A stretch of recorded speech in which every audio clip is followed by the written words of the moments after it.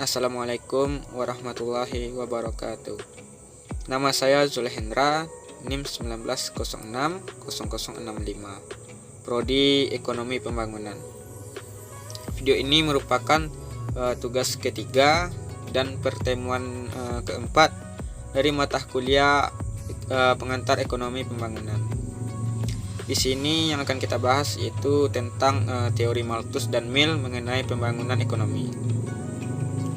Di sini kita akan membahas dua poin utama, yaitu teori Malthus mengenai pembangunan ekonomi ini, dan yang kedua teori dari Mill mengenai pembangunan ekonomi. Yang pertama kita masuk ke poin yang pertama, yaitu teori Malthus mengenai pembangunan ekonomi. Pertama, konsep pembangunan. Menurutnya, proses pembangunan ekonomi memerlukan berbagai usaha yang konsisten di pihak rakyat. Ia menekankan bahwa perekonomian mengalami kemerosotan beberapa kali sebelum mencapai tingkat tertinggi dari pembangunan. Jadi menurut Malthus ini, proses pembangunan adalah suatu proses naik turunnya aktivitas ekonomi lebih daripada sekedar lancar tidaknya aktivitas ekonomi. Selanjutnya yang kedua yaitu pertumbuhan penduduk dan pembangunan ekonomi. Pertambahan penduduk tidak bisa terjadi tanpa peningkatan kesejahteraan yang sebanding. Jika tingkat akumulasi modal meningkat, permintaan tenaga kerja juga akan meningkat. Nah, kondisi ini akan mendorong pertumbuhan penduduk. Namun, pertumbuhan penduduk saja tidak akan meningkatkan kesejahteraan. Pertumbuhan penduduk akan meningkat kesejahteraannya apabila pertumbuhan tersebut meningkatkan permintaan efektif. Permintaan efektif inilah yang akan meningkatkan kesejahteraan, begitu. Kemudian yang ketiga yaitu peranan produksi dan distribusi. Peranan produksi dan distribusi ini merupakan dua unsur utama kesejahteraan. Jika keduanya dikombinasikan dengan benar, maka dapat meningkatkan kesejahteraan suatu negara dengan cepat. Dan begitu sebaliknya. Karena itu, ia menekankan pada produksi maksimum dan alokasi optimum sumber-sumber untuk meningkatkan kesejahteraan suatu negara dalam jangka pendek, gitu. Nah, selanjutnya yang keempat yaitu faktor-faktor dalam pembangunan ekonomi. Menurut Malthus, besarnya gross national product potensial atau kemampuan menghasilkan kekayaan itu tergantung pada tanah, tenaga kerja, modal, dan organisasi.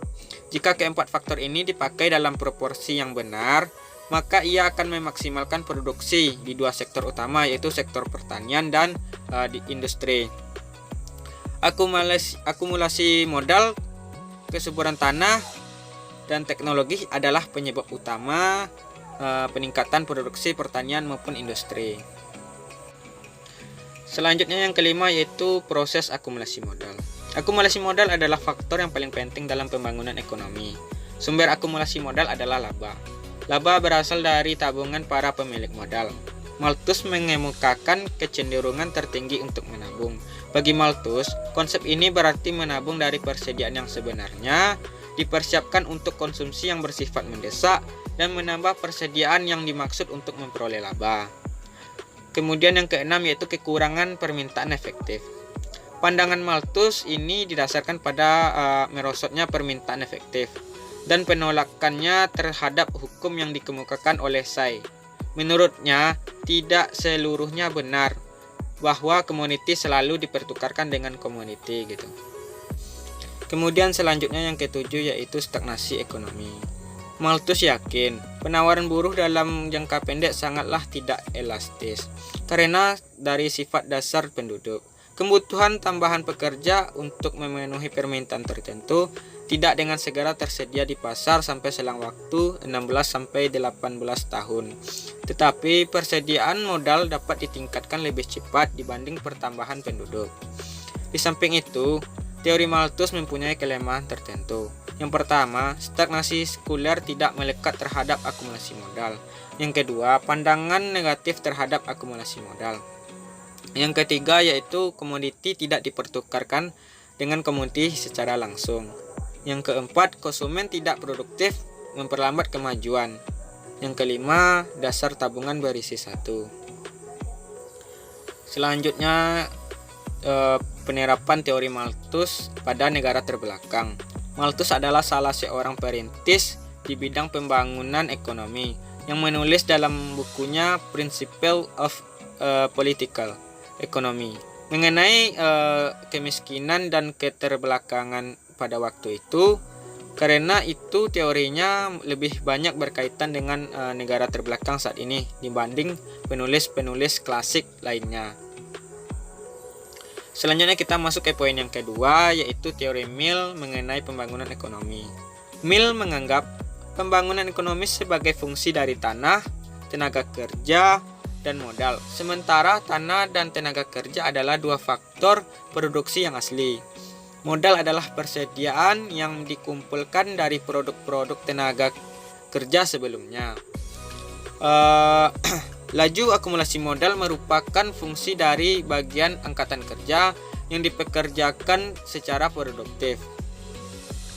Konsumsi produktif adalah konsumsi untuk memelihara dan meningkatkan kemajuan produktif masyarakat, gitu.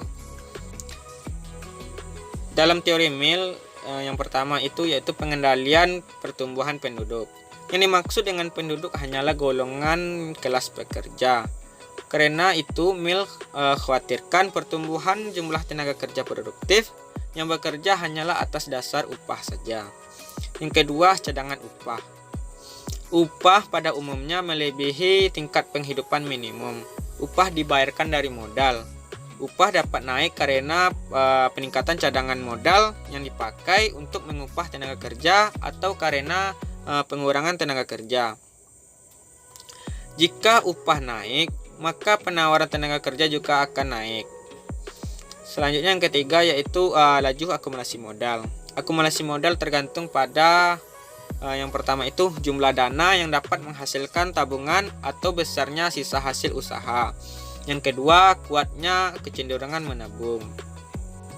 Kemudian selanjutnya yang keempat yaitu tingkat laba.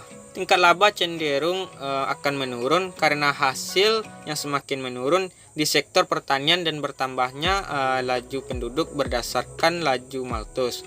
Tetapi kecenderungan menurunnya tingkat laba dapat dicegah dengan faktor berikut. Yang pertama itu kecenderungan modal pada masa krisis. Yang kedua, perbaikan teknik. Yang ketiga, perkembangan perdagangan luar negeri. Yang keempat, pinjaman pemerintah untuk pengeluaran yang tidak produktif. Yang kelima, dengan mengekspor modal ke negara jajahan untuk memproduksi barang konsumsi guna negara asal.